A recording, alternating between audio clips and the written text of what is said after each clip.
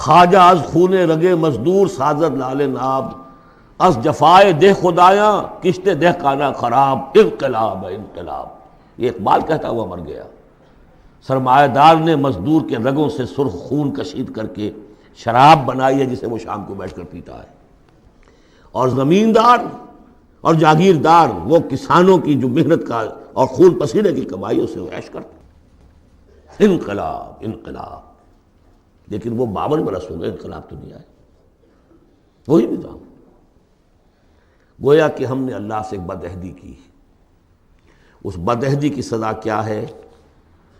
نفاق ہم پر مسلط کر دیا گیا۔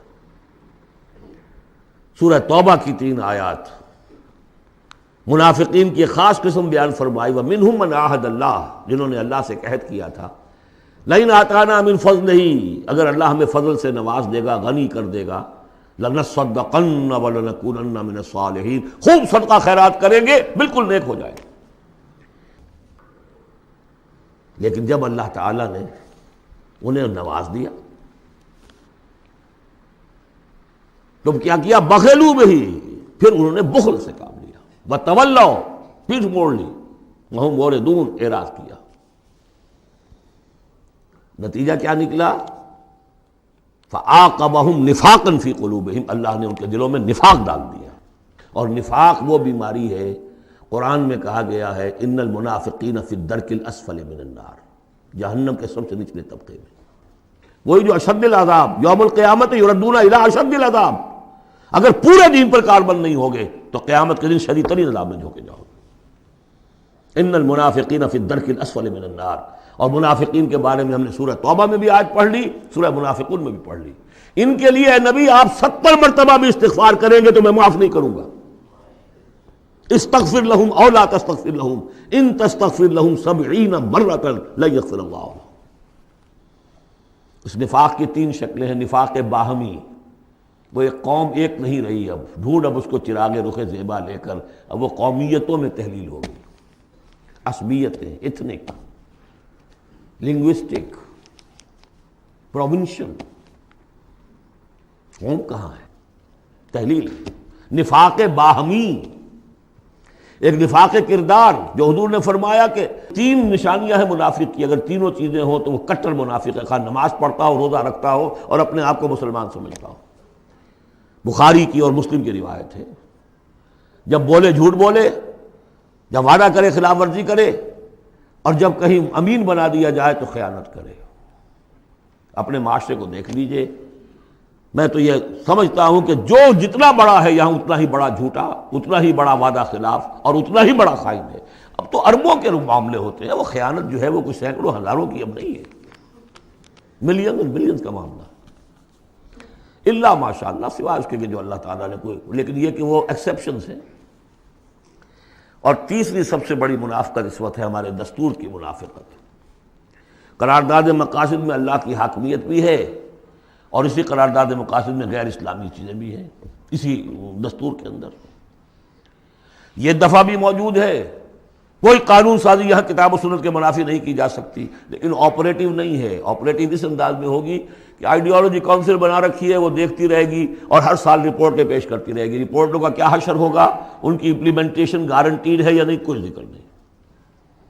فیڈرل سید کوڈ بنائی، 2 ہتھکڑیاں بھی پہنا دی، اس کو 2 بیڑیاں بھی پہنا دی۔ دستور پاکستان بھی تمہارے دائرے سے خارج، جو جوڈیشل لاز ہیں وہ بھی تمہارے دائرے سے خارج، فیملی لاز بھی تمہارے دائرے سے خارج، اور مالی قوانین بھی 10 سال کے لیے تمہارے دائرے سے خارج۔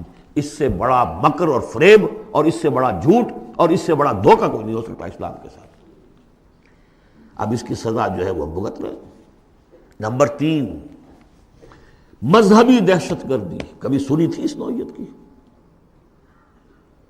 کون کر رہے ہیں؟ چاہے وہ اعلی کار ہو باہر کے، ہیں تو یہاں کے، باہر والا آدمی کوئی آ کے نہیں کر رہا ہے تو یہاں کے اعلی کار بن گئے ہوں گے، وہ را کے ہوں، وہ موساد کے ہوں، کوئی بھی ہو۔ لیکن یہ کہ اگر یہ مذہبی یہ تلخی نہ ہو تو یہ کور کیسے مل جائے انہیں؟ اس کے لیے آپ نوٹ کیجئے سورہ انعام کی آیت نمبر 65، اللہ نے اپنے 3 قسم کے عذاب گنوائے، جن میں بدترین عذاب یہ ہے۔ هو القادر، کہہ دیجئے نبی اللہ اس پر قادر ہے، ان یبعث علیکم عذابا من فوقکم، کوئی عذاب تمہارے سروں کے اوپر سے بھیج دے، او من تحت ارجلکم، تمہارے قدموں کے نیچے سے زمین پھٹ جائے، زلزلہ آ جائے، او یلبسکم شیعا، یا تمہیں گروہوں میں تقسیم کر دے، ویذیق بعضکم بعض بعض، ایک دوسرے کی طاقت کا مزہ چکھو۔ یہ third type of punishment, divine punishment, جس کا ہم اس وقت شکار ہیں۔ چوتھے درجے میں معاشی اعتبار سے ملک تباہ ہو چکا ہے، دیوانہ ہو چکا ہے ملک۔ ادھر سے پھر ایک لہر بھی شروع ہو چکی ہے جس کی خبر دی تھی، دجال جو ہے 1 سال چند مہینے کا معاملہ ہے کہ جس میں وہ پوری دنیا میں پھر جائے گا، اور رزق کے خزانوں پر اتنا قبضہ ہو جائے گا اس کا کہ جو کفر کرے گا اس کو دے گا، باقی کسی کو نہیں دے گا۔ اور اگر رشیا میں ہو سکتا تھا کہ ڈبل روٹی نہیں رہی تھی، وہ جو فضاؤں میں جو سب سے پہلے گیا ملک، خلاؤں میں گیا، وہاں ڈبل روٹی نہیں ملتی تھی۔ وہاں ایک بوڑھی عورت کا فوٹو میں نے دیکھا تھا، شدید ترین سردی میں اپنا پل اوور دے رہی ہے ایک مچھلی لینے کی۔ یہ حال ہوا اس ملک کا۔ ہمارا جو حال ہوگا اس کو اچھی طرح سمجھ لیجئے۔ یہ جو سورہ سبا کی آیت میں نے سنائی تھی، لَقَدْ كَانَ لِسَبَإٍ فِي مَسْكَنِهِمْ آیَةٌ، سبا قوم سبا میں بھی اللہ نے فرمایا ان کے وطن میں ہم نے ایک نشانی رکھی تھی، جنتان عن یمین و شمال، 2 جنتیں دی تھی ہم نے۔ پاکستان بھی 2 جنتوں پر مشتمل تھا، مشرقی پاکستان، مغربی پاکستان۔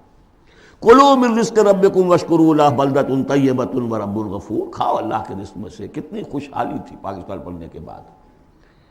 ہندوستان جیسی کوئی شخص داخل ہوتا تھا پاکستان سے، وہ کہتا تھا کہ ہم کسی بڑے ترقی یافتہ ملک سے اور بڑے کسی دقیانوسی ملک میں داخل ہو گئے، اور وہاں سے جو آتا تھا وہ سمجھتا تھا کہ ہم کسی ویسٹرن ملک میں آ گئے۔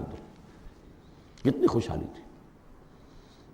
کلوا من رزق ربکم بلدۃ طیبۃ ورب غفور، فاعرضوا، جب اعراض کیا تو پھر کیا ہوا؟ پھر جو عذاب ہم نے بھیجا ہے، ہم نے ان کے دونوں باغوں کی جگہ پر بس کو ان کے لیے 2 جنگل پیدا باقی رہ گئے، جن میں کوئی پیلو، کوئی اور ڈیلے، کوئی کسیلی سے کچھ چیزیں پیدا ہو گئی، زیادہ سے زیادہ بیر۔ اللہ اللہ خیر صلی اللہ۔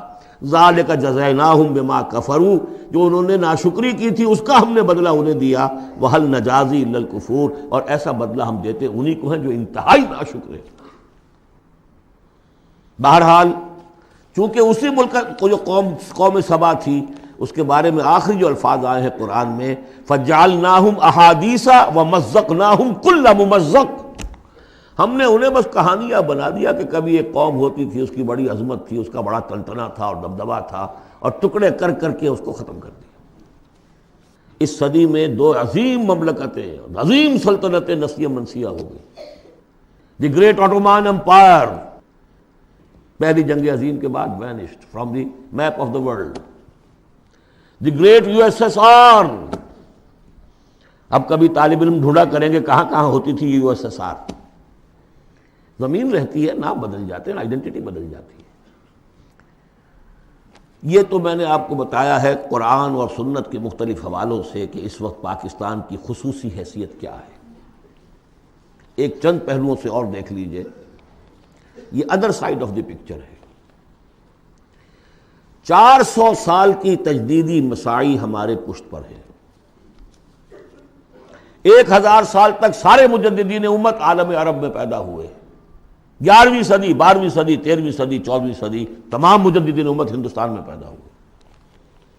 مجدد الفسانی شیخ احمد سرہندی، 12ویں صدی کے مجدد اعظم شاہ ولی اللہ دہلوی، 13ویں صدی کے مجدد اعظم سید احمد بریلوی، 14ویں صدی کے مجدد اعظم شیخ الہند مولانا محمود حسن، اور عظیم اور شخصیات، علامہ اقبال، مولانا مودودی، مولانا الیاس، ایسی شخصیات پوری دنیا میں ان کے برابر کی شخصیات نہیں۔ یہ سارا ہمارے پیچھے ہے۔ یہ کیا ہے؟ یہ بار ہے ہم پر، ماضی کا ایک قرض ہے ہمارے کندھوں کے اوپر، ایک ذمہ داری ہے اسلاف کی طرف سے۔ پھر فکری اور روحانی اعتبار سے نوٹ کیجئے، ڈاکٹر شریعتی ایران کے اور مالک بن نبی الجزائر کے کھل کر لکھ چکے اپنی کتابوں میں کہ intellectual and spiritual centre of gravity of Islamic world of Islam has shifted to South Asia. Iqbal جیسا مفکر جو پیدا ہوا، آپ اندازہ کیجیے۔ ایک زمانے میں کبھی بغداد ہوتا تھا علم کا مرکز، پھر اسپین ہوا ہے علم کا مرکز، پھر شمالی افریقہ بنا ہے جہاں ابن خلدون جیسی شخصیتیں ابھری ہیں۔ اس کے بعد وہ کہتے ہیں کہ اب جو اسلام کا روحانی اور intellectual centre of gravity of this امہ has shifted to the South Asia. تیسری بات یہ کہ بھارتی مسلمانوں نے پاکستان بنانے کے لیے گویا کہ ایک طرح سے اپنا فرض کفایہ ادا کیا تھا۔ انہیں معلوم تھا کہ یہاں تو پاکستان نہیں بنے گا۔ انہوں نے کس لیے حصہ لیا؟ کہ وہ اسلام کا بول بالا کرنے کے لیے، یا کم سے کم امت کا اکثر حصہ 2/3 تو بچ جائے اس سارے دباؤ سے کہ جو آ رہا تھا۔ تو اس حوالے سے ان کا بھی تو ذمہ داری کا بوجھ پھر ہمارے کندھوں پر ہے۔ وہ جو جھیل رہے ہیں آج، معاشی طور پر وہ پست ہیں، ملازمتیں انہیں نہیں ملتی ہیں، تعلیم گاہوں میں ان کو داخلے نہیں ملتے ہیں، ان کی زبان ختم کر دی گئی ہے۔ اب ہندی زبان میں ظاہر بات ہے کہ اب تو پھر بھی وہ ایک نسل، لیکن 2 نسلیں تو بیت گئیں کہ جو اس تعلیم کی، اس زبان کی وجہ سے وہ پیچھے رہ گئی۔ یہ سب کچھ ہوا، کیوں جھیلا انہوں نے؟ یہ جو ہم پہ گزری سو گزری مگر شب ہجراں، ہمارے اشک تیری عاقبت سوار چلے، تو جو کچھ بیت رہی ہے ان پر، جبکہ انہیں یہ سننے پڑتے تھے نعرے، مسلمان کے 2 استھان، پاکستان یا قبرستان، نکلو یہاں سے، تم یہاں ہو کیوں یہاں پر؟ اب تیسرا اسپیکٹ میں آپ کو بتانا چاہتا ہوں، کچھ پیشین گوئیاں ہیں نبی اکرم صلی اللہ علیہ وسلم کی۔ ان پیشین گوئیوں میں اس خطے کا بھی ایک رول ہے، میں تفصیل میں نہیں جا سکتا۔ پیشین گوئی ایک یہ ہے جو قرآن اس سے بھی ثابت ہے، 3 مرتبہ فرمایا کہ رسول کو ہم نے بھیجا ہے دین کے غلبے کے لیے، اور 5 دفعہ فرمایا کہ بھیجا ہے تمام انسانوں کے لیے۔ تو رسولوں کا مقصد، رسول صلی اللہ علیہ وسلم کی بعثت کا مقصد پورا ہو ہی نہیں سکتا جب تک کہ پورے عالم اسلامی پر دین جو ہے قائم نہ ہو جائے۔ بقول اقبال کے وقت فرصت ہے کہاں، کام ابھی باقی ہے، نور توحید کا اتمام ابھی باقی ہے۔ لیکن حضور نے خبر دی ہوگا، دنیا کے خاتمے سے پہلے کل روئے ارضی پر نظام خلافت علی منہاج النبوہ قائم ہوگا، اور اس کے قائم ہونے میں خراسان کا علاقہ اور عرب کے مشرق کے ممالک جو ہے وہ رول پلے کریں گے۔ ظاہر بات ہے کہ اس علاقے میں آ کر افغانستان خراسان ہے، اور خراسان کا ایک حصہ پاکستان کا بھی کے اندر بھی شامل ہے۔ یہاں سے فوجیں جائیں گی، اور یہ جو یروشلم ہمارے ہاتھ سے نکلا اسے بازیافت جو ہے یہ کریں گی۔ عربوں میں تو دم نہیں ہے، پہلے بھی عربوں سے چھینا تھا کروسیڈرز نے، 1099 عیسوی میں چھینا ہے یروشلم، اور لاکھوں مسلمانوں کو قتل کیا ہے کروسیڈرز نے، اور اس کے بعد 88 برس تک وہ ان کے قبضے میں رہا۔ عرب واپس نہیں لے سکے، کون لینے والا تھا؟ کرد خون، صلاح الدین ایوبی۔ اب پھر عربوں سے چھینا ہے انہوں نے، قوم بودی ہو چکی ہے، ان میں دم نہیں ہے، عیاشیوں نے اور دولت نے ان کو خالی کر دیا، کھوکھلا کر دیا۔ اب بھی کوئی لیں گے تو فرمایا کہ خراسان کی طرف سے جھنڈے آئیں گے، انہیں کوئی روک نہیں سکے گا جب تک کہ یہاں نہ پہنچ جائیں، اور یہاں ایلیا میں جا کر، یروشلم میں جا کر نصب نہ ہو جائیں۔ اس میں بھی ایک رول ہے پاکستان کا۔ میرے عرب کو آئی ٹھنڈی ہوا جہاں سے، میرا وطن وہی ہے، میرا وطن وہی ہے۔ میں نے 3 اسپیکٹ سے تو آپ کو جو ماورائے زمان و مکان فرائض ہیں ایک مسلمان کے، اللہ کے حقوق کے حوالے سے، رسول کے قرض کے حوالے سے، انسانوں کے حقوق کے حوالے سے بیان کیے، اور 3 ہی اعتبار سے پاکستان کا جو اسپیشل رول ہے۔ ایک تو یہ کہ جو ہماری جینیسس آف پاکستان ہے، اس کی بنیاد کیا تھی، قرآن میں اس کا بھی ذکر ہے۔ آج جس صورت سے ہم دو چار ہیں، منافقت کے 3 اسپیکٹس، قرآن میں اس کا بھی ذکر ہے۔ جو معاشی ہمارے ہاں بدحالی آ چکی ہے، قرآن کا اس کا بھی ذکر ہے، جو سورہ سبا بھی ہم نے دیکھ لیا۔ اور جو اندیشے ہیں، مزقناہم کل ممزق جعلناہم احادیث، کہ بس کہانیاں رہ جائیں گی، کبھی ایک ملک بنا تھا، قائم تھا، اس کا عین امکان موجود ہے، بلکہ بین الاقوامی ادارے تو اس کو کہتے ہیں کہ ہوگا، بڑی جلدی ہو جائے گا۔ پچھلے دنوں وہ رپورٹ شائع ہوئی تھی امریکہ کی فارن آفس کی رپورٹ، کہ اتنے سالوں کے بعد پاکستان نام سے کوئی ملک دنیا میں نہیں ہوگا۔ اب میں چاہتا ہوں ذرا پازیٹیو سائڈ دکھاؤں، ہمارے پاس کچھ ایسٹس بھی ہیں یا نہیں۔ پہلی بات یہ ہے کہ چاہے کتنا ہی متزلزل ہے، کچھ ہے۔ پاکستان کے دستور میں اسلام جتنا آ گیا ہے، اگرچہ اس کی تکمیل جو ہے بہت مشکل ہے، لیکن اتنے حصے کو بھی نکال دینا کسی کے مائی کے لال کے لیے ممکن نہیں ہے۔ قرارداد مقاصد آئی ہے، اللہ کی حاکمیت کا اقرار ہے، گویا کہ نظام خلافت اصولاً دستوری طور پر پاکستان میں نافذ ہو چکا ہے۔ ایسے جیسے میں مسلمان ہوں، چاہے میں عمل نہیں کر رہا اسلام پر، مسلمان ہوں، ہمارا ہر شخص مسلمان ہے چاہے وہ عمل نہیں کر رہا ہے، اسی طرح پاکستان مسلمان ملک بن گیا ہے جب اس نے کہا sovereignty belongs to him and not to us۔ حاکمیت اللہ کی ہے، اور ہمارے ہاتھ میں جو اختیارات ہیں وہ ایک سیکریٹ ٹرسٹ ہے، اور یہ سیکریٹ ٹرسٹ استعمال ہوگا اسی حاکم مطلق کی دی ہوئی عائد کردہ حدود کے اندر۔ یہ ہے لا الہ الا اللہ، دستوری زبان میں یہ لا الہ الا اللہ، ان الحکم الا للہ، لہ الملک۔ پھر یہ کہ ایک بہت بڑا ایسٹ یہ ہے، بہت سی تحریکوں، بہت سے مصنفین، علامہ اقبال، مولانا مودودی اور بھی بہت سے مصنفین کی مسائل سے پاکستان میں جوان، ادھیڑ اور بوڑھے عمر کے لوگوں کی بہت بڑی تعداد ہے جو دو چیزیں ان کے اندر موجود ہیں۔ نمبر ایک، انہیں یہ معلوم ہو چکا ہے کہ ہمارا دین اسلام دین ہے، مذہب نہیں ہے، یہ پوری زندگی کا دین ہے، معلوم ہے۔ وہ دور گزر گیا جب کہ سمجھا جاتا تھا کہ بس نماز روزہ دین ہے، کچھ لوگ اب بھی ہیں، لیکن یہ معلوم ہے سب کو کہ یہ کل زندگی کا دین ہے۔ عبادت کا مطلب صرف نماز روزہ نہیں ہے، پوری زندگی میں اللہ کی بندگی ہے۔ وہ تصور دی ہاتھ سے دے کر اگر آزاد ہو ملت ہے، ایسی تجارت میں مسلمان کا خسارہ۔ کوئی دین و دنیا میں جس دم جدائی، حوث کی امیری حوث کی وزیری، جدا ہو دین سیاست سے تو رہ جاتی ہے چنگیزی۔ یہ اقبال کا پیغام تھا، وحدت دین و دنیا، دنیا کو تابع کرنا ہے دین کے۔ اور یہ کہ بہت سے لوگوں کے دلوں میں اس کی امنگ بھی ہے، خواہش بھی ہے، جذبہ بھی ہے۔ افسوس صرف یہ ہے کہ ایک تو بٹے ہوئے ہیں بہت، اپنی سیاسی مصلحتوں میں اس کو پیچھے رکھ کر اپنی پارٹی، اپنی شخصیت، اس کو ابھارنے کی فکر ہے۔ ایک خلط مبحث بہت تھا کہ کیسے دین یہاں لائیں، غلطی سے یہ سمجھا کہ الیکشن میں حصہ لو، ووٹ مل جائیں گے تو اسلام نافذ کر دیں گے، لیکن اس میں میں سمجھتا ہوں کہ اب بہت حد تک کمی ہو گئی ہے۔ تمام مذہبی جماعتیں یہ سمجھ چکی ہیں الیکشن کے ذریعے سے یہاں کچھ نہیں ہو سکتا، اسلام نہیں آ سکتا۔ تیسرے یہ کہ ایک عظیم قرآنی تحریک الحمدللہ اس ملک کے اندر قائم ہوئی اور چلی ہے۔ کبھی سنا تھا؟ اپنے بڑوں سے پوچھ لیجئے، کبھی 6 گھنٹے بھی نماز تراویح کے لیے لوگ کسی مسجد میں رہے؟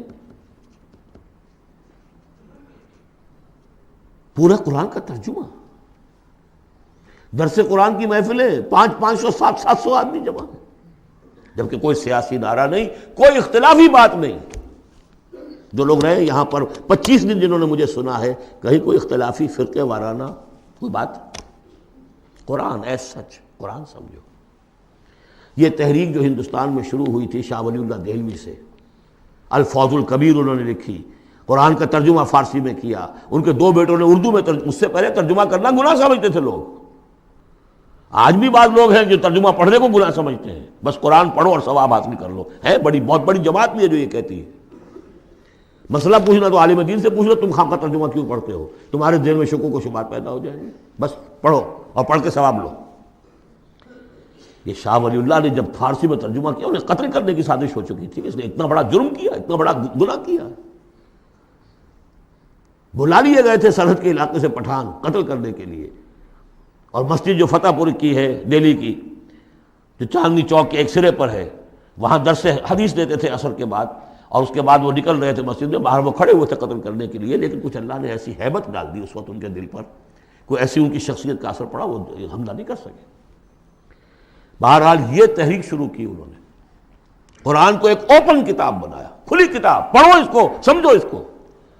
لیکن الحمدللہ اس کا اگر یہ ملک نہ بنتا تو شاید یہ تحریک ایسی آپ کو یہاں نظر نہ آ سکتی۔ مواقع ملے ہیں ہمیں، اللہ نے ہمیں سہولتیں دی ہیں۔ آپ کو معلوم ہے کتنے مہینے تک ہر ہفتے الہدیٰ کا پروگرام جو ہے پورے ملک میں، جو یوں سمجھیے کہ نیشنل حکم پر ایک ہی وقت میں، اور وہ ٹیلی کاسٹ ہوا۔ غلغلہ ایک پیدا ہو گیا تھا کہ نہیں اسلام قرآن مجید کا، اگرچہ یہ کہ بر وقت جو ہے اس ملک کے اندر جو مغربیت کے پرستار ہیں جلدی انہیں ہوش آ گیا کہ یہ تو طوفان جو ہے ہمارے لیے مصیبت بن جائے گا، تو اس کے لیے جو بھی کیا وہ آپ کو معلوم ہے۔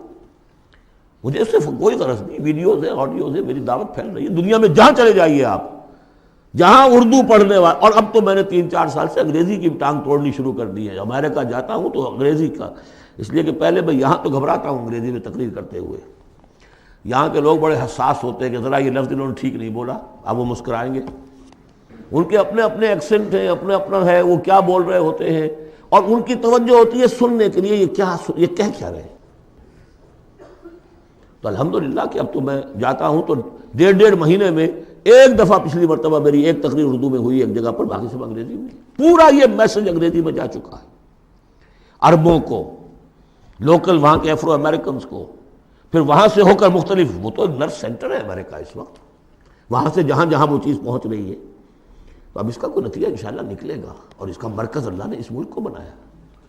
یہ ہمارے وہ ایسٹس ہیں کہ جو ہمارے پاس ہیں، ہمیں دیکھ لینا چاہیے ہمارے پاس کچھ ہے بھی کہ نہیں۔ اب آئی ہے بات کہ عملی اقدامات کیا ہوں۔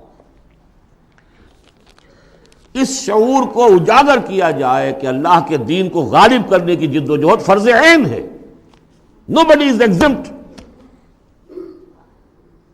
یہی میں نے آپ کے سامنے بیان کر دیا۔ اگر دین قائم نہیں ہے تو ہماری عبادت جزوی ہے، ایک حصے میں ہم عبادت کر رہے ہیں اللہ کی، باقی دوسری زندگی کے ہمارے پہلو جو ہے اللہ کی بغاوت پر مشتمل ہے۔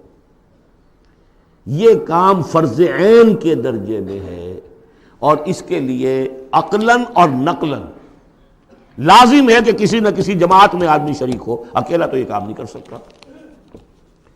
اس کے لیے جیسا کہ میں نے عرض کیا تھا، عقل عام بھی کہتی ہے انقلاب، نظام بدل دینا کسی ایک آدمی کے بس کا روگ ہے، ایک پارٹی چاہیے، حزب اللہ چاہیے۔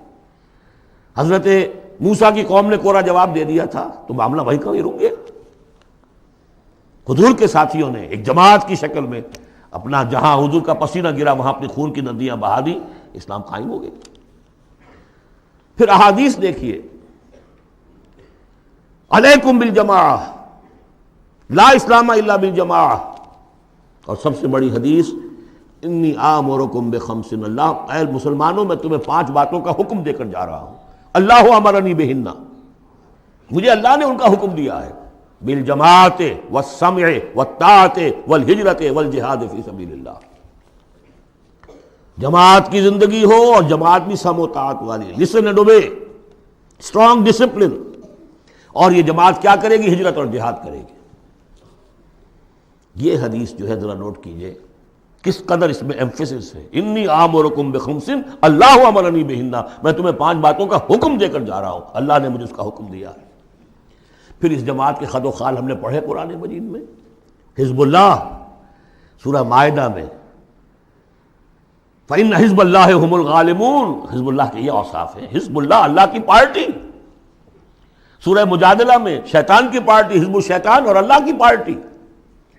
اس جماعت میں ہر فرد کو ہونا چاہیے، البتہ اس کے لیے یہ نہیں کہ میں صرف اپنی جماعت کی بات کر رہا ہوں، کوئی جماعت ہو جو آپ کو آپ کی سمجھ میں آئے کہ یہ ٹھیک ہے، یہ دین کے لیے صحیح کام کر رہی ہے، اس میں شامل ہو، تاکہ کوئی شخص بھی اس سے محروم نہ ہو۔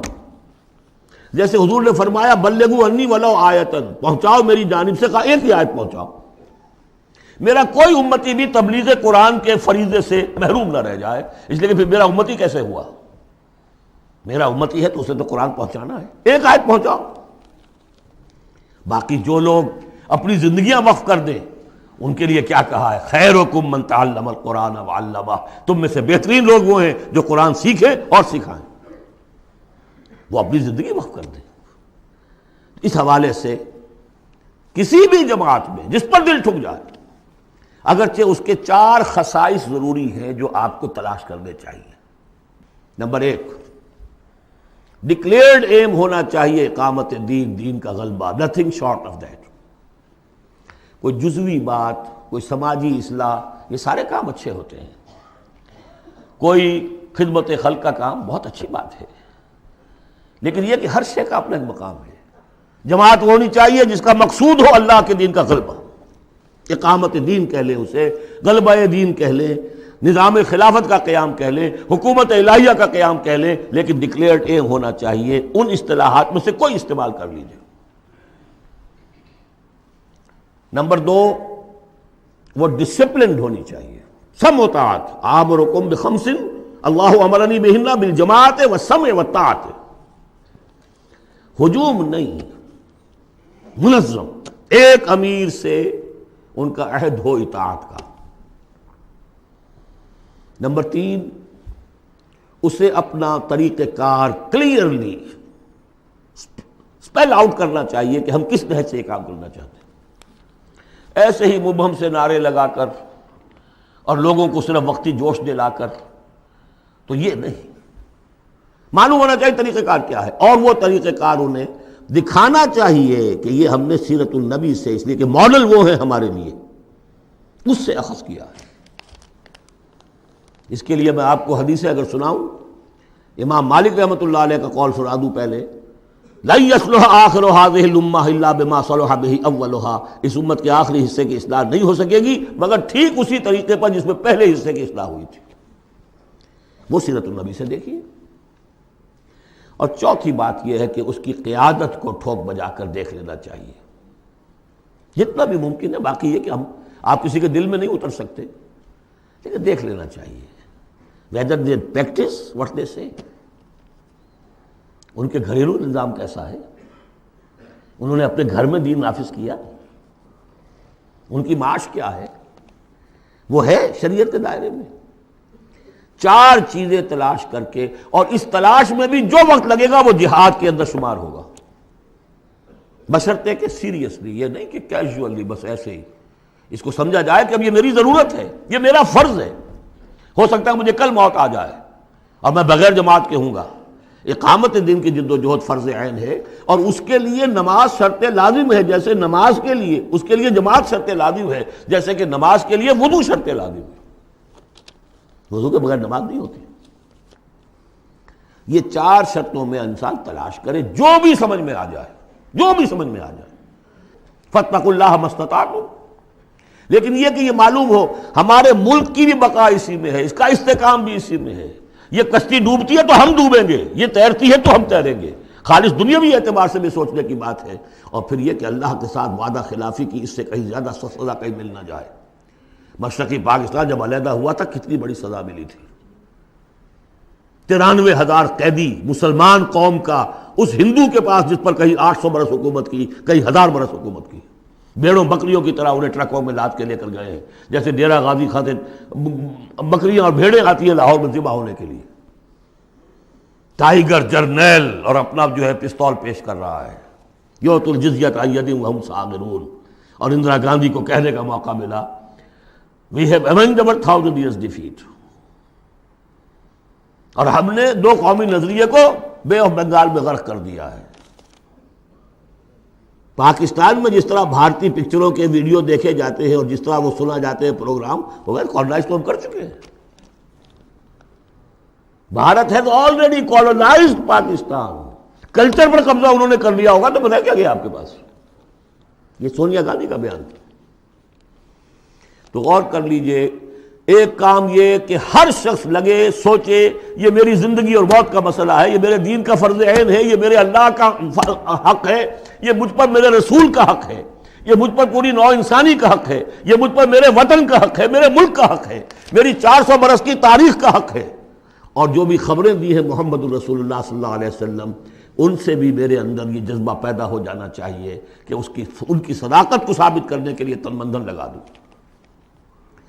اب میں چند باتیں عرض کروں گا جو میں نے کہا کہ یہ تو ہے کوئی جماعت آپ تلاش کریں، اور اس کے بعد بھی انسان آنکھیں کھلی رکھے، کان کھلے رکھے، غور کرتا رہے۔ ہے جستجو کے خوب سے ہے خوب تر کہاں، آج شروع تو کر دینا، کسی میں شریک ہو جائے۔ اس میں یہ بات بھی عرض کر دوں کہ میرے نزدیک جماعت کی بنیاد جو ہے مسنون اور منسوس اور معصور، وہ ہے بیعت کا نظام۔ لیکن اگر بیعت کا نظام نہ بھی ہو اور وہ صرف دستوری جماعت ہو، وہ بھی مباح ہے، جماعت کے حق میں ہے، بشرطے کہ اس کا ڈسپلن مضبوط ہو۔ وہ 4 آنے والی ممبری والی جماعتیں سیاسی جماعتیں ہوتی ہیں، وہ جماعت جس کا ڈسپلن ہو، جس کا اخلاقی ایک معیار ہو۔ اب میں ذرا چند باتیں آپ سے عرض کر دوں۔ 65 سے میں نے اپنے مشن کا آغاز کیا تھا، پہلا میرا کام تھا دعوت رجوع القرآن کا، جو آج تک چل رہا ہے۔ ایسا نہیں ہوا ہے کہ میں نے کوئی قدم اگلا ہٹایا ہو تو اس کام کو چھوڑ دیا ہو۔ اس ضمن میں چاہوں گا کہ جو حضرات بھی جاننا چاہیں کہ اس میں کیا کچھ ہوا ہے، کس طور سے ہوا ہے، اس کا صغرا کبرا کیا ہے، اس کا پس منظر کیا ہے، اس کا ریشنلے کیا ہے، وہ میری ایک کتاب ہے دعوت رجوع القرآن کا منظر اور پس منظر۔ یہ کتاب مطالعہ کریں جن صاحب کو بھی میرے کام کے اس پہلی شق سے کوئی دلچسپی ہے۔ اس کے ضمن میں آپ نے سن لیا ہے، یہاں پر بھی خواتین کے پروگرام بھی ہو رہے ہیں، 1 ایئر کورس بھی شروع ہو رہا ہے، لاہور میں تو مسلسل ہو رہا ہے، امریکہ سے آ کے لوگ وہاں پر شریک ہو رہے ہیں اور 1 ایئر کورس کر کے نوجوان جا رہے ہیں۔ الحمدللہ کہ وہاں پر ہمارا جو ہے اب انشاءاللہ کوئی اکیڈمی وہاں پر بھی شروع ہو جائے گی۔ یہ ہو رہا ہے امریکہ کے اندر۔ دوسرا کام جو میں نے کیا الحمدللہ اللہ کے فضل و کرم سے، ایک مختصر لیکن منظم جماعت تنظیم بیعت کی بنیاد پر ایک مردہ سنت کو زندہ کیا آپ نے۔ میرا دعویٰ یہ ہے کہ بنیاد کسی جماعت کی قرآن، حدیث، سنت، سیرت اور 1400 برس کی تاریخ دنیا جو ہماری مسلمانوں کی ہے، 1300 برس تک کم سے کم کوئی اور بنیاد اجتماعیت کی ہے ہی نہیں سوائے بیعت کے۔ حضور نے کی بیعت، آؤ بیعت کرو میرے ہاتھ پر، آؤ مرنے کی بیعت کرو، یا پھر وہ بیعت جو عقبہ ثانیہ میں لی گئی تھی، بایعنا رسول اللہ صلی اللہ علیہ وسلم علی الطاعۃ فی العسر والیسر والمنشط والمکرہ، حدیث ہے وہ میں بعد میں آپ کو بتاؤں گا بھی۔ ہم نے اسی کو اخذ کیا ہے، اختیار کیا ہے، تنظیم اسلامی میں شمول اسلامی کے لیے جو بیعت ہے وہی سے لی ہے۔ بہرحال ہم نے اس پر ایک جماعت مرتب کر دی ہے، ڈھانچہ بنا دیا ہے، نظام العمل بنا دیا اس کا۔ یہ نہیں ہے کہ بیعت کا مطلب یہ کہ اب آپ کو کچھ کہنے کا حق ہی نہیں، لا حول ولا قوت۔ حضور سے لوگ اختلاف کر لیتے تھے، حضور نے فرمایا تھا غزوہ بدر میں کہ کیمپ یہاں لگا دو، لگا دیا گیا۔ پھر کچھ لوگوں نے کہا کہ حضور اگر تو یہ وحی سے ہے تو ٹھیک ہے، سر آنکھوں پر، اگر آپ کی ذاتی رائے تو اجازت ہو تو کریں۔ فرمایا ہاں کہو کہ ہمارا جو تجربہ ہے جنگی تجربہ، اس کی روح سے وہاں پر کیمپ ہوتا اٹھاؤ، اکھاڑو کیمپ، یہاں سے لگا دو۔ تو مشورہ، شاورہم فی الامر، ان سے مشورہ کرتے رہا کیجئے۔ قرآن مجید میں حضور کو حکم ہے، مشورہ بھی ہو سکتا ہے، اختلاف رائے بھی ہو سکتی ہے، ذاتی تنقید بھی کیجئے۔ ہمارے اسلامی کے اندر سالانہ ایک اجتماع وہ ہوتا ہے جس میں جو شخص چاہے آئے اور مجھ پر ذاتی تنقید کرے۔ باقی شورا کا نظام اپنی جگہ پر ہے جو الیکٹڈ ہوتے ہیں لوگ۔ تو ایک یہ کہ اس اصول پر ایک جماعت بنا دینا جو صرف پیری مریدی کا دھندا رہ گیا تھا۔ پہلے لوگ بڑے ہنسے، یہ بیعت پر جماعت، لیکن یہ کہ اب وہ جماعت ہے الحمدللہ، اب ایک اوپن انسٹیٹیوشن ہے، اور اس کو ہم نے اس کے پورا نظام العمل بنا دیا ہے۔ اس میں اختلاف کی گنجائش ہے، اس میں اس طرح مشورہ ہوگا، اس طرح بات ہوگی، اور اس کے لیے 10 کتابیں ہیں چھوٹے 50 60 صفحے کے۔ تنظیم کی بنیادی دعوت کو سمجھنے کے لیے وہ 10 اس وقت یہاں نہیں ہوں گے، لیکن جس کا بھی ارادہ ہو جائے کہ سمجھ نہیں تم، جہاں اور جماعتوں کو دیکھنا اس کو بھی دیکھ، یہ بھی ایک جماعت ہے، یہی ایک جماعت ہے، جو بھی قافلے ہیں دیکھیے، سب کو دیکھیے۔ تنظیم کو سمجھنا ہے تو 10 کتابچے چھوٹے چھوٹے، عزم تنظیم اسلامی، تاریخی منظر، تعارف تنظیم، نظام العمل، میرا ذاتی حصہ، میں نے دنیا میں کتنی جائیداد بنائی، اب شروع بنایا تھا تو آج بنائے، بعد سے میری روٹی کہاں سے چلی ہے، صورت لی ہے، حال ہے، ایک ایک پیسے کا حساب دے دیا۔ وہ میرا حساب کم و بیش کے نام سے وہ پمفلٹ موجود ہے۔ یہ ساری چیزیں، یہ ساری جو ہے، جن لوگ یہ سارے کو اب یہ ساری بات کو سمجھ میں آ گئی ہو، سمجھ آئے، یہ میرا فرض ہے، عام رسپانسبل، مجھے اللہ کی بندگی کرنی ہے جس کے لیے یہ کام مجھے محمد صلی اللہ علیہ وسلم کا قرض ادا کرنا جس کے لیے لازم ہے، مجھے اس ملک کا حق ادا کرنا جس کے لیے یہ لازم ہے۔ یہ اگر فرض کا احساس ہو جائے گا تو آپ تلاش کریں گے، جو تلاش کرے گا وہ پائے گا، جو اندہ یا بندہ۔ میرا ایک ماضی بھی ہے، وہ ماضی یہ کہ میں جماعت اسلامی میں رہا ہوں 10 برس تحریک کے ساتھ، جماعت میں 3 برس اور 7 جمعیت طلباء میں۔ جمعیت طلبہ میں طلبہ کے یہ مشرقی اور مغربی پاکستان دونوں ایک ملک تھے، اور جماعت اسلامی میں جماعت اسلامی کا امیر رہا ہوں ضلع منگمری کا۔ بات یہ نوٹ ہے کہ وہ میرا ماضی ہے، اس سے مجھے اختلاف ہوا تھا، اس پر میری پوری کتاب موجود ہے، کوئی بدنیتی کا الزام میں نے مولانا موضوع نہیں تھا، لیکن یہ کہ اختلاف ہوا تھا کہ الیکشن کے ذریعے سے سامنے آ چکی ہے ہماری یہ ساری انقلابی کا کار اختیار کرنا چاہیے۔ وہ کتاب تحریک جماعت اسلامی ایک تحقیقی مطالعہ 25 برس کی عمر مطالعہ، اور جماعت کا رول تھا اس وقت تک میں نکل کر نہیں لکھی ہے، میں نے وہ تو جس کو نوٹ آف ڈسینٹ ہوتا ہے، پارٹ ہوتا ہے، اور وہ ڈسولیجن ہو گیا کسی وجہ ہو گیا تو اپنی رائے ظاہر کرتا ہے نا، وہ میں نے پیش کی تھی، لیکن اس کے بعد جس طریقے سے اس کی مس ہوئی، اس کی مس اختلاف کی، اور پھر بڑے بڑے لوگ مولانا امین حسن حسن صاحب، عبد الجبار غازی صاحب، عبدالرحیم اشرف صاحب، شیخ سلطان صاحب، شیخ جمیل الرحمان صاحب، اور بہت سے وقی صاحب، یہ سب لوگ جو جماعت سے علیحدہ ہوئے، یہ حادثہ کیوں ہوا، اس پر بھی پھر میری ایک کتاب ہے، تاریخ کا ایک گم شدہ باب۔ جنہیں ماضی کو دیکھنا ہو، کوئی شکوک و شبہات تو میرے بارے میں بڑے پروپیگنڈے کر دیے گئے ہیں، اور جس کی وجہ سے حجابات سے قائم ہو چکے ہیں، لیکن اس کو دیکھنا معلوم، اس کو دیکھنا دودھ کا دودھ، پانی کا پانی علیحدہ ہو جائے۔ تیسرا، الحمدللہ میں اللہ کا بڑا فضل و کرم اپنے اوپر مانتے ہوئے اس کا تذکرہ کر رہا ہوں، اسے کسی درجے میں بھی کوئی خود ستائی نہ سمجھیے، بلکہ آج ہی جو آپ نے آیت پڑھی ہے فَأَمَّا بِنِعْمَتِ رَبِّكَ فَحَدِّثْ، جو بھی نعمتیں ہوئی ہوں ان کا تذکرہ کیا۔ الحمدللہ کہ منہج انقلاب نبوی کے اوپر ہر اعتبار سے اس کو بالکل واضح کر کے اور اس سے کیا ہے۔ ہمیں آپ سمجھ میں نہ آئے پھینک دیے اٹھا کر، کسی جگہ پر اختلاف ہو تو مجھ سے کیجئے بات۔ منہج انقلاب نبوی کتاب بھی ہے، کیسٹس بھی ہیں، آڈیوز بھی ہیں، ویڈیوز بھی ہیں۔ چوتھے درجے تحریک خلافت شروع کی تھی سن 91 میں، میں نے یہی کراچی سے شروع کی، پھر اس کے بعد یہی کراچی میں خالد دینا ہال میں میں نے لیکچر دیے خلافت کے موضوع پر۔ اس کے بعد اگرچہ پروگرام یہ تھا کہ اسے ایک عوامی موومنٹ چلایا جائے، لیکن ابھی فی الحال ہم لوگ کچھ ہلنے کے لیے تیار نہیں ہیں۔ وہ ضرور دستخط کر دیتے ہیں، فارم پر کر دیتے ہیں، 2000 کا جلسہ ہے، 200 فارم ہمیں مل گئے، تو ملیں گے نہیں۔ لہٰذا وہ ہم نے صرف یہ رکھا ہے، محدود رکھا ہے کہ جو بیعت نہ کرنا چاہیں ابھی اور تنظیم اسلامی اور تنظیم شامل ہو، اور تنظیم تو وہ معاون تحریک خلافت ہو جائے۔ اور ایک ہم نے تحریک خلافت ایک بنائی ہے رجسٹرڈ باڈی، تاکہ خلافت سے متعلق جو بھی مواد ہے وہ لوگوں کو پہنچایا جائے۔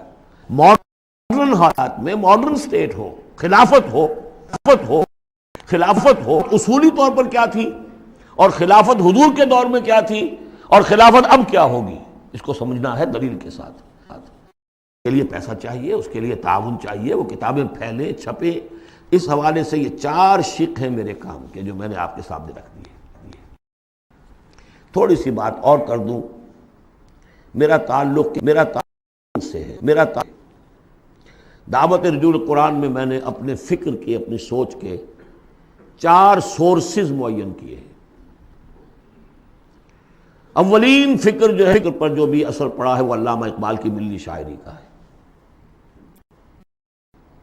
اور ہائیسٹ بھی اسی کا اثر ہے ان کا فلسافیکل تھاٹ جو لیکچرز میں ہے، reconstruction of religious thought in اسلام۔ اس کے بعد مولانا مودودی کا تحریکی فکر، تحریک۔ اقبال مفکر تھے، وہ تحریک چلانے والے آدمی نہیں تھے، اگرچہ ابھی معلوم ہوا ہے ڈاکٹر برہان احمد فاروقی نے انتقال سے پہلے کتاب لکھ دی، جس سے ثابت ہوتا ہے کہ علامہ اقبال عمر کی آخری سٹیجز میں سن 35-36 میں بیعت کی بنیاد پر ایک جمعیت شبان المسلمین قائم کرنا چاہتے تھے، اور اس کا دستور بھی مرتب ہو گیا تھا۔ وہ ڈاکٹر برہان احمد فاروقی کی کتاب، اس کی تلخیص کر کے ہم نے شائع کر دیا علامہ اقبال کی آخری خواہش، اس میں خط و کتابت ہے، وہ ساری کی ساری چیزیں جو ریکارڈ میں موجود ہیں، لیکن بہرحال انہوں نے اپنی زندگی میں یہ کام شروع کر نہیں سکے۔ یہ کام مولانا مودودی نے شروع کیا، تحریک اٹھائی، جماعت بنائی. لیکن مولانا مودودی سے پہلے میرے نزدیک ابوالکلام بھی تھے. انہوں نے حزب اللہ بنائی تھی 1913 میں، اور وہ بیعت کی بنیاد پر تھی. اس حوالے سے یہ میرا ایک پس منظر ہے. اور 3 اعتبارات سے پھر میں اپنا رشتہ جوڑتا ہوں شیخ الہند سے، وہ نوٹ کر لیجیے اچھی طرح. ایک تو یہ کہ شیخ الہند کا جو ترجمہ، اس پر جو تفسیری حواشی لکھے شبیر احمد عثمانی صاحب نے، یہ میرے لیے قرآن فہمی کا بہت بڑا سورس ہے. تفہیم القرآن بھی، تدبر قرآن بھی، لیکن تفہیم القرآن میں بھی ایک چیز جو ہے وہ تشنا ہے. اس میں دین میں تصوف کی جو چاشنی ہے، باطنی کیفیات، وہ اس میں نہیں آ رہی ہے. تحریکی ہے، زبردست تحریکی انداز ہے، تحریک میں وہاں سے لیتا ہوں.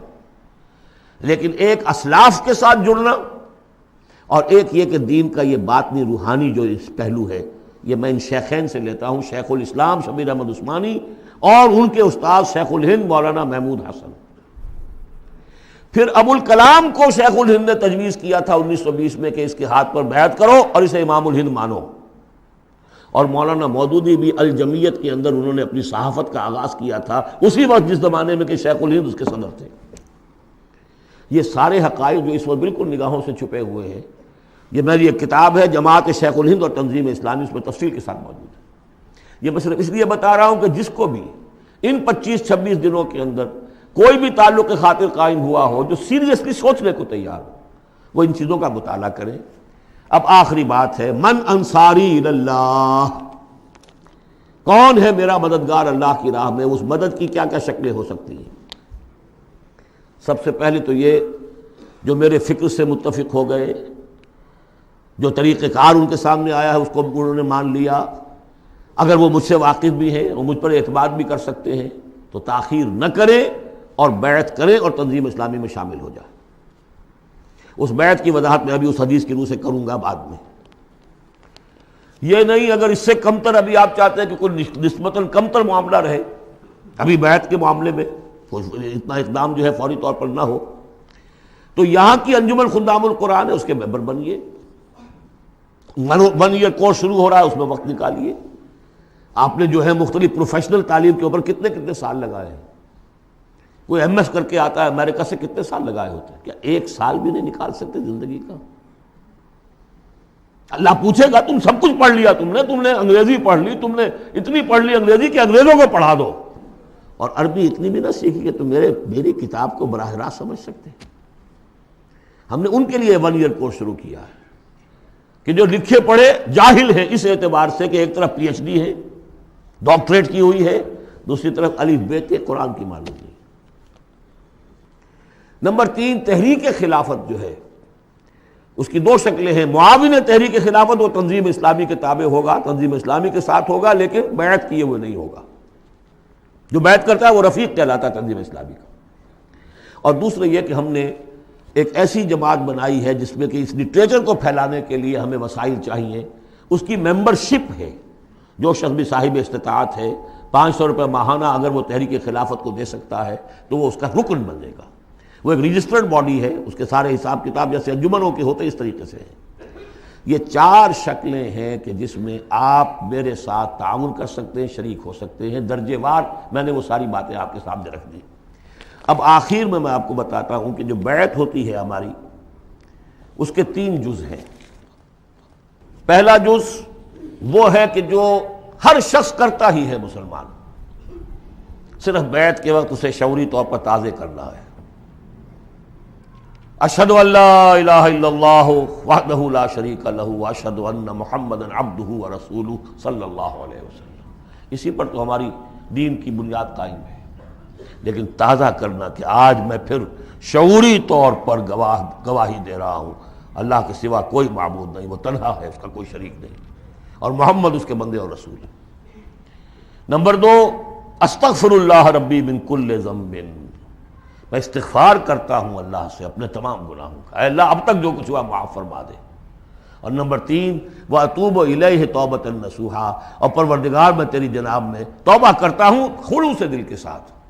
یا ایھا الذین آمنوا توبوا الی اللہ توبۃ نصوحا. پہلا حصہ یہ ہے. دوسرا حصہ انی اعاہد اللہ، میں اللہ سے عہد کرتا ہوں. یہ اللہ سے عہد ہے.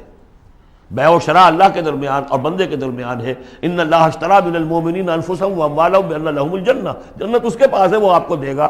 آپ سے وہ جان اور مال مانگ رہا ہے. وہ بیع کیا ہے؟ انی اعاہد اللہ، میں اللہ سے عہد کرتا ہوں، ان اہجر کل ما یکرہہ، ہر اس چیز کو چھوڑ دوں گا جو اسے پسند نہیں ہے. وَأُجَاهِدَ فِي سَبِيلِهِ جُهْدَ اسْتِطَاعَتِي، اور اپنی مقدور بھر اس کی راہ میں جہاد کروں گا. اس کے معنی کیا ہے؟ انفق مالی وابذل نفسی، اپنا مال بھی خرچ کروں گا، جان بھی، وقت بھی صرف کروں گا، لِإِقَامَةِ دِينِهِ وَإِعْلَاءِ كَلِمَتِهِ، اس کے دین کو قائم کرنے کے لیے اور اس کے کلمے کی سربلندی کے لیے. اب تیسرا حصہ آیا، وَلِأَجْلِ ذَلِكَ، اس مقصد کے لیے أُبَايِعُكَ، میں آپ سے بیعت کرتا ہوں. یہاں سے اب وہ حدیث شروع ہو رہی ہے، أُبَايِعُكَ عَلَى السَّمْعِ وَالطَّاعَةِ، لیکن یہ کہ اس میں ایک لفظ کا اضافہ کیا، فی المعروف، آپ کا ہر حکم سنوں گا اور مانوں گا بشرطے کہ شریعت کے خلاف نہ ہو، within the parameters of Sharia. حضور سے جو بیعت کی تھی اس میں یہ الفاظ نہیں تھے، سمع و طاعہ، اس لیے کہ حضور غلط حکم دے ہی نہیں سکتے، معصوم تھے، جو حکم دیں گے مانیں گے. بایعنا رسول اللہ صلی اللہ علیہ وسلم علی السمع والطاعہ، بس ہم نے اس میں اضافہ کیا علی السمع والطاعۃ فی المعروف، شریعت کے دائرے کے اندر فی العسر والیسر. اگر یہ شریعت کے دائرے کے اندر ہے تو چاہے مشکل ہے اور چاہے آسان مانیں گے.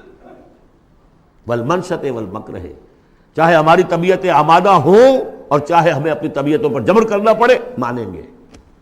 وعلی اثرۃ علینا، اور چاہے ہم پر آپ دوسروں کو ترجیح دے دیں، ہم یہ نہیں کہیں گے کہ ہم پرانے ساتھی ہیں، آپ نے نو وارد کو امیر بنا دیا، نہیں. اٹس یور پریروگیٹو، یہ آپ کا اختیار ہے، جس کو چاہیں آپ بنائیں، ہم پر کسی کو ترجیح دے دیں. دیکھیے کس طرح باریک بینی سے جماعتی زندگی میں فتنے اٹھنے کے دروازے جو ہے سب ایک ایک کر کے حضور نے بند کیے. وَعَلَىٰ اللَّهِ نُنَازِلُ الْأَمْرَ أَهْلَهُ، اور جنہیں آپ امیر بنا دیں گے ان سے جھگڑیں گے نہیں، ان سے بھی تعاون کریں گے، ان کی اطاعت کریں گے. حضور نے فرمایا من اطاعنی فقد اطاع اللہ ومن عصانی فقد عصی اللہ، جس نے میری اطاعت کی اس نے اللہ کی اطاعت کی، اور جس نے میری نافرمانی کی اس نے اللہ کی نافرمانی کی. ومن اطاع امیری فقد اطاعنی ومن عصا امیری فقد عصانی، جس نے میرے مقرر کردہ امیر کی اطاعت کی اس نے میری اطاعت کی، اور جس نے میرے معین کردہ امیر کی مخالفت کی یا اس کی نافرمانی کی اس نے میری نافرمانی کی. اور آخری بات، وَعَلَىٰ أَن نَّقُولَ بِالْحَقِّ أَيْنَمَا كُنَّا لَا نَخَافُ فِي اللَّهِ لَوْمَةَ لَائِمٍ، ہم جہاں کہیں بھی ہوں گے حق بات ضرور کہیں گے، مشورہ دیں گے، صحیح دیں گے. اب اپنی بات جو ہے ودہولڈ نہیں کریں گے، اپنے اوپینینز کو روکیں گے نہیں، حق بات کہیں گے، اپنی بات کہہ کر پھر ہم فارغ ہوں گے. اس کے بعد یہ کہ جو فیصلہ امیر کا ہوگا اس کے مطابق اطاعت ہوگی. یہ بیعت ہے. اور اب آخر میں نے جو آیتیں شروع میں پڑھی تھی، درمیانی آیت کا ترجمہ تو میں نے کر دیا تھا، اس سے پہلے کی دو آیتیں اور اس کے بعد کی دو آیتوں کا ترجمہ اور سن لیجئے. یہ پکار جو آج آپ کے سامنے آئی ہے اس کے اس حوالے سے سنیے. یا ایھا الذین آمنوا استجیبوا للہ وللرسول اذا دعاکم لما یحییکم، اہل ایمان لبیک کہو اللہ اور اس کے رسول کی پکار پر جبکہ وہ تمہیں پکاریں جس چیز کے کہ تمہیں زندگی ملے گی. بظاہر موت نظر آتی ہے غزوہ بدر سے پہلے، لیکن اس سے زندگی مل رہی ہے. وَاعْلَمُوا أَنَّ اللَّهَ يَحُولُ بَيْنَ الْمَرْءِ وَقَلْبِهِ، اور اگر حق کے واضح ہو جانے کے بعد انسان اسے قبول نہ کرے تو ایک وقت آتا ہے اللہ حائل ہو جاتا ہے بندے کے اس کے دل کے درمیان، وَأَنَّهُ إِلَيْهِ تُحْشَرُونَ، اور پھر اسی کی طرف تم جمع کر دیے جاؤ گے. وَاتَّقُوا فِتْنَةً لَا تُصِيبَنَّ الَّذِينَ ظَلَمُوا مِنكُمْ خَاصَّةً، اور ڈرو اس عذاب سے، اس فتنے سے جب آئے گا تو صرف گناہگاروں کو لپیٹ میں نہیں لے گا، گندم کے ساتھ بھس نہیں پسے گا، گل بھی پسے گا. وَاعْلَمُوا أَنَّ اللَّهَ شَدِيدُ الْعِقَابِ، اور جان لو اللہ سزا دینے میں بہت سخت ہے. پھر وہ آیت آئی تھی وَاذْكُرُوا، ذرا یاد کرو، إِذْ أَنْتُمْ قَلِيلٌ مُسْتَضْعَفُونَ فِي الْأَرْضِ تَخَافُونَ أَنْ يَتَخَطَّفَكُمُ النَّاسُ فَآوَاكُمْ وَأَيَّدَكُمْ بِنَصْرِهِ وَرَزَقَكُمْ مِنَ الطَّيِّبَاتِ لَعَلَّكُمْ تَشْكُرُونَ. اور اس کے بعد کی دو آیات، یا ایھا الذین آمنوا لا تخونوا اللہ والرسول، اللہ اور اس کے رسول سے خیانت مت کرو، جو وعدہ کیا ہے سمعنا وَأَطَعْنَا اس کو پورا کرو. وَتَخُونُوا أَمَانَاتِكُمْ، اپنی امانتوں کے اندر بھی خیانت نہ کرو. اور جان لیجئے ہمارے پاس یہ پاکستان سلطنت خدا داد سب سے بڑی امانت ہے اس وقت. وَاعْلَمُوا أَنَّمَا أَمْوَالُكُمْ وَأَوْلَادُكُمْ فِتْنَةٌ، اور جان لو تمہیں یہی ڈر ہے، اولاد اور مال صرف یہی روکتے ہیں، یہی بیڑیاں پڑی ہیں۔ وَاعْلَمُوا أَنَّمَا أَمْوَالُكُمْ وَأَوْلَادُكُمْ فِتْنَةٌ، جان لو کہ تمہارے اموال اور اولاد تمہارے لیے فتنہ ہے۔ وَأَنَّ اللَّهَ عِندَهُ أَجْرٌ عَظِيمٌ، اور یقیناً اللہ ہی کے پاس اجر عظیم ہے۔ بارک اللہ لی ولکم فی القرآن العظیم ونفعنی وإیاکم بالآیات والذکر